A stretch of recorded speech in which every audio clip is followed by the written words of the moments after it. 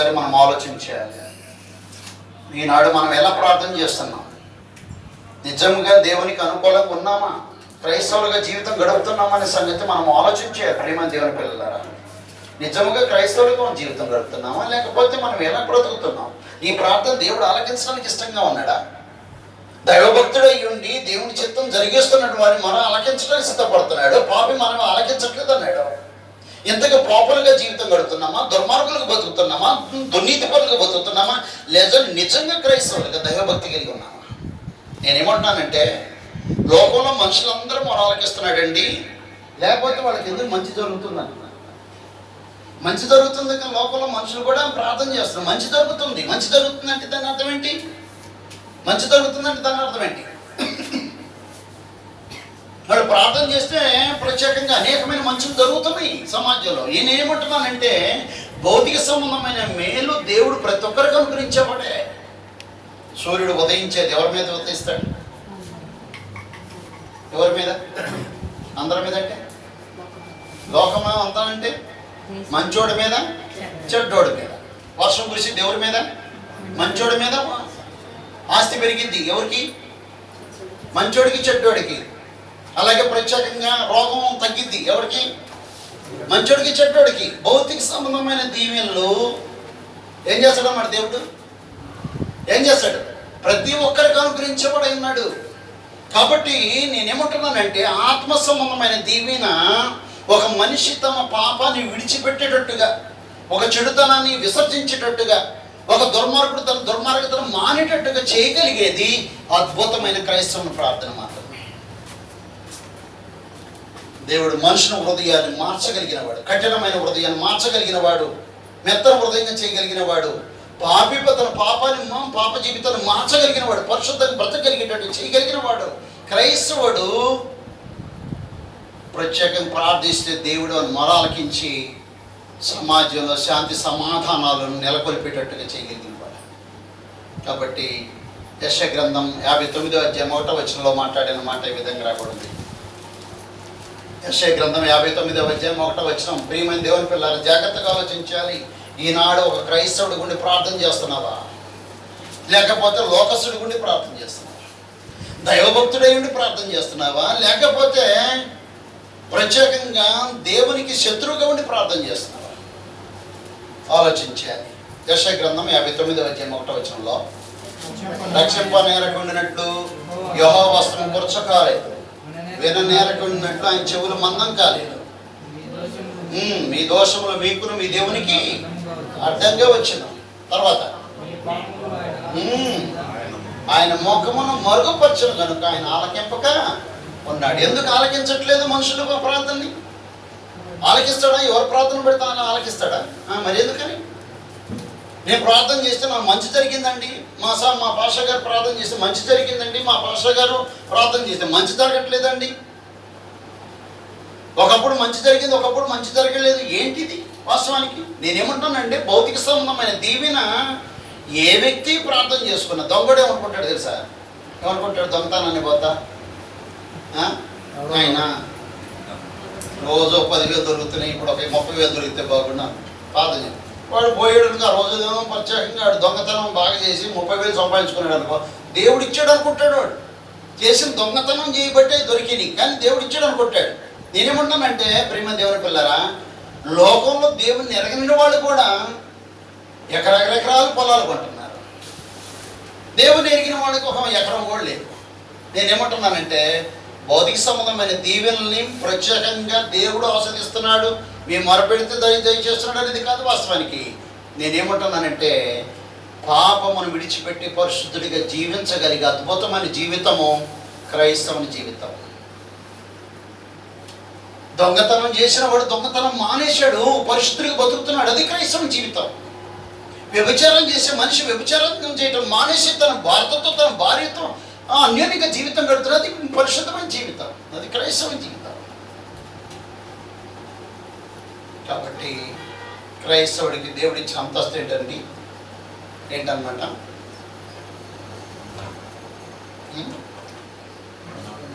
ఎవరు ప్రార్థన? ఎవరు ప్రార్థన? ఎవరు ప్రార్థన అంటాడు? ఇంకా వేరే వాళ్ళు ప్రార్థన ఉంటాడా? వినడు. అందుకన్నాడు క్రైస్తవుడు చెప్తేనే వింటాడు, ఆయన మాట్లాడితేనే వింటాడు. నాశనం కాకుండా ఆపమంటే నేను ఆపుతాను. అర్థమవుతుందా? వాళ్ళు నాశనం కాకుండా ఆపమంటే ఆపుతాను. కాబట్టి దేవుడు మాత్రమే క్రైస్తవుల మొరను ఆలకిస్తున్నాడు. కాబట్టి సమాజాన్ని క్రైస్తవులు దీవిన.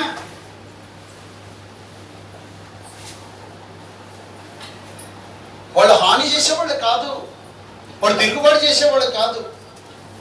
అట అనుకుంటే యేసుప్రభు వారు కూడా దేవదూతలకు ఆజ్ఞాపిస్తే అనేక వేల వ్యూహాలు అక్కడికి వచ్చేసి అక్కడ ఉన్నటువంటి రాజును పిలాతులు కనుక రోమ సామ్రాజ్యాన్ని అంతం చేయవచ్చు.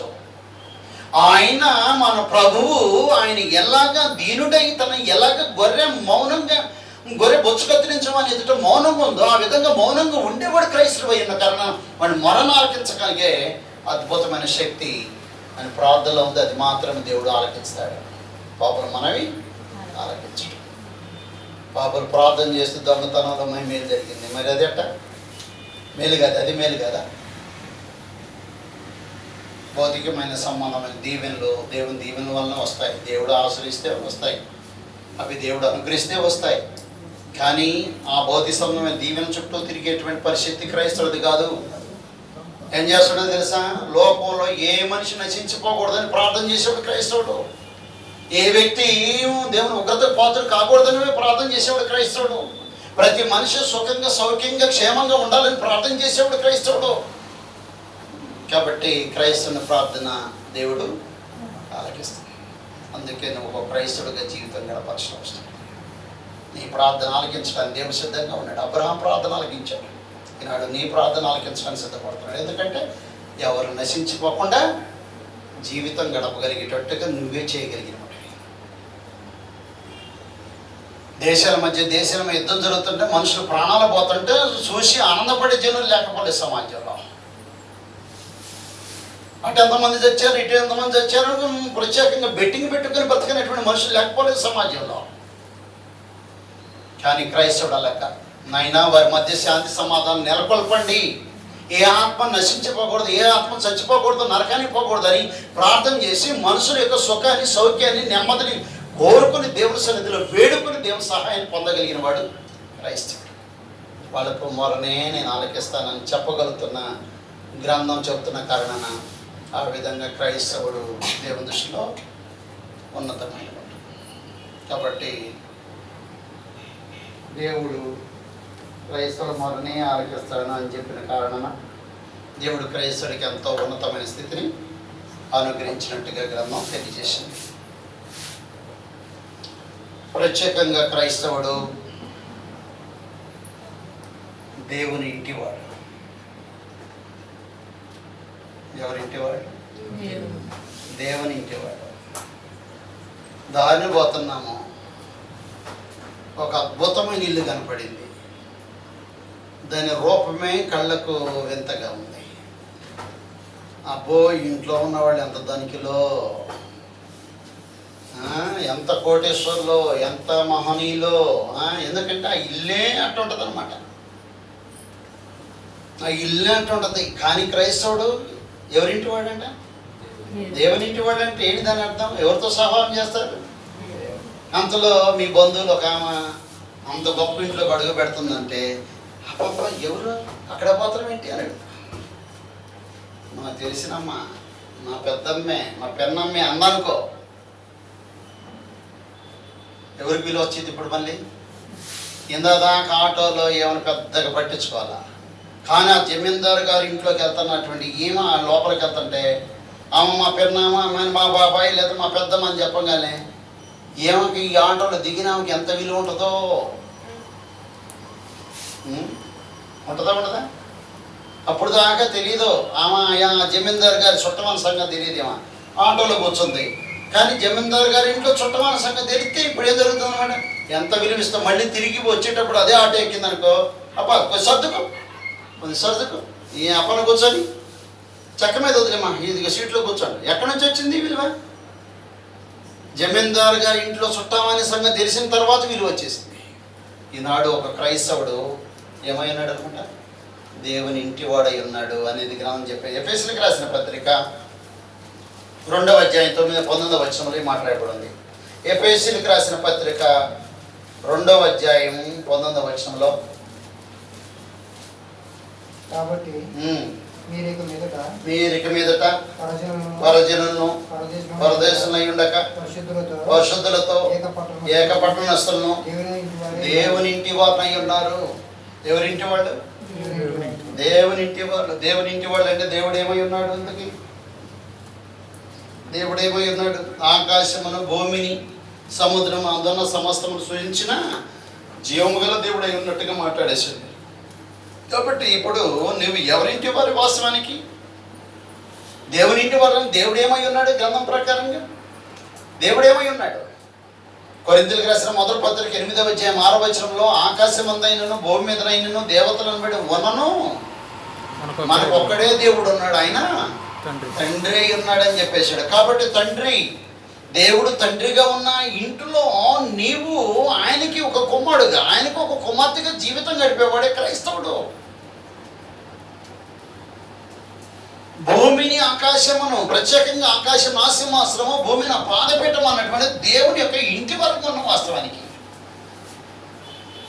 ఒక పిచ్చి పని చేసేటప్పుడు నీ స్థాయి నువ్వు మర్చిపోయే ప్రమాదం ఉంటుంది. అర్థమవుతుందా?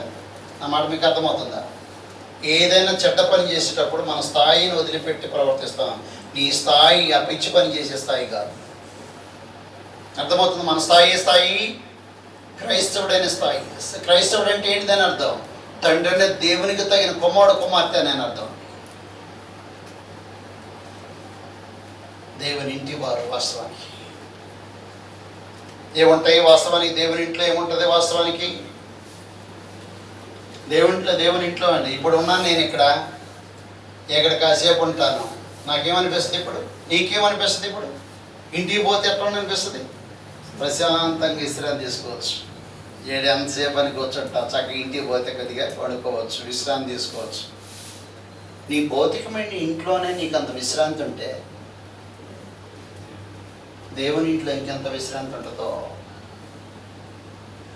నీ భౌతిక సంబంధం ఇంట్లోనే అన్ని ఆశీర్వాదాలు, అన్ని దీవెనలు ఉంటే దేవుని ఇంట్లో ఎన్ని దీవెనలు ఉంటాయో అర్థమవుతుందన్నమాట మీకు. దేవుని యొక్క సన్నిధిలో దేవుని ఇంటి వాళ్ళని అంటే నీ ఉద్దేశం ఏంటి? నీ ఇంట్లో నీ బిడ్డల దగ్గర నీకు ప్రేమానురాగాలు దక్కుతుంటే దేవుని ఇంట్లో పరిస్థితి ఏంటి? దేవుని ఇంట్లో భౌతిక సంబంధం ఇంట్లోనే అన్ని ప్రేమానురాగాలు, అంత సమాధానం, అంత విశ్రాంతి, అన్ని దీవెనలు ప్రత్యేకంగా ఒక భౌతిక సంబంధమైనటువంటి ఇంట్లో దక్కుతున్నప్పుడు దేవుని ఇంట్లో క్రైస్తవుని యొక్క జీవితం ఎలాగుంటుంది అనమాట. అందుకే దేవుడు అన్నాడు, మనము ఆయన ఇంటి వారం అని చెప్పేసి మాట్లాడేశాం. కావున ప్రియమైన దేవుని పిల్లారా, మనందరికీ తెలిసినట్టుగా ఎఫెసీయులకు రాసిన పత్రిక 1వ అధ్యాయం 3వ వచనంలో మన ప్రభువైన యేసుక్రీస్తు యొక్క దేవుడు స్తుతింపబడును గాక మాట్లాడుతున్నాడు. ప్రత్యేకంగా క్రీస్తునందు పరలోక విషయంలో ఆత్మ సంబంధం ప్రతి ఆశీర్వాదము ఎక్కడ ఉన్నది? అది ఎక్కడ ఉంది? దేవుని ఇంట్లో ఏమున్నాయి అన్నమాట? పరలోక సంబంధమైన, భౌతిక సంబంధమైన ఆశీర్వాదాలు, సంపద, సౌఖ్యంలో భౌతిక సంబంధమైన ఇంట్లో ఉంటేనే ఒక ఉన్నతమైన స్థితిగతులు అనుభవించిన వారు ఉంటాం.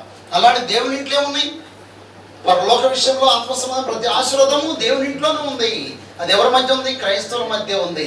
కాబట్టి నువ్వు జాగ్రత్తగా ఆలోచించాలి. నీ ఇంట్లోకి వస్తే, భౌతిక సంబంధమైన ఇంట్లోకి వస్తే, ఒక బంధువు సమృద్ధిగా ఆహారం దక్కితే ఎలా ఫీల్ అవుతాడు? నీ ఇంట్లోకి వస్తే సమాధానం దక్కిందనుకో, ఏదో బాధలో ఉన్నాడు, బాధలో ఉన్న ఆయనకి నీ ఇంట్లోకి వచ్చిన తర్వాత నువ్వు ఏదో హెచ్చరించావో, ధైర్యపరిచావో, ఆదరించావో, ఆ మనిషికి లేనిపోయిన సమాధానం వచ్చి పడింది. భౌతిక సంబంధమైన ఇంట్లో అప్ప దగ్గర పోయి కాసేపు కూర్చుంటే ఎంత నెమ్మదిగా ఉంటుందో అని చెప్పేటువంటి మనిషి జీవితంలో ఆ భౌతిక సంబంధమైన ఇంట్లో అంత ఆనందము, అంత సమాధానము, అంత ప్రత్యేకమైన ఆదరణ దక్కితే దేవుని ఇంట్లో పరిస్థితి ఏంటి? వాస్తవానికి ఆలోచించండి. దేవుడే నీ సమాధానానికి కర్త. యేసుక్రీస్తే అక్కడ ఉన్నాడు ఆ ఇంట్లో. ఆయనతో సహవాసం చేయడానికి దేవుడు నిన్ను పిలిచాడు. కాబట్టి యేసుప్రభు దగ్గర ఏముంటుంది? అందుకే క్రైస్తవుడు ప్రత్యేకంగా దేవుని ఇంటి వారై ఉన్నారని చెప్పేశాడు. ఎందుకనంటే క్రైస్తవుల మధ్యకి ఒక అసమాధానం కలిగిన వాడు వచ్చాడనుకో, వాడు అంతలో సమాధానపడి జీవితం గడపగలిగిన వాడే ఉంటాడు. నువ్వు సమాధానాన్ని బదులుకు అసమాధానాన్ని నూనె పోసే వరకు నువ్వు క్రైస్తవుడై ఉండవు.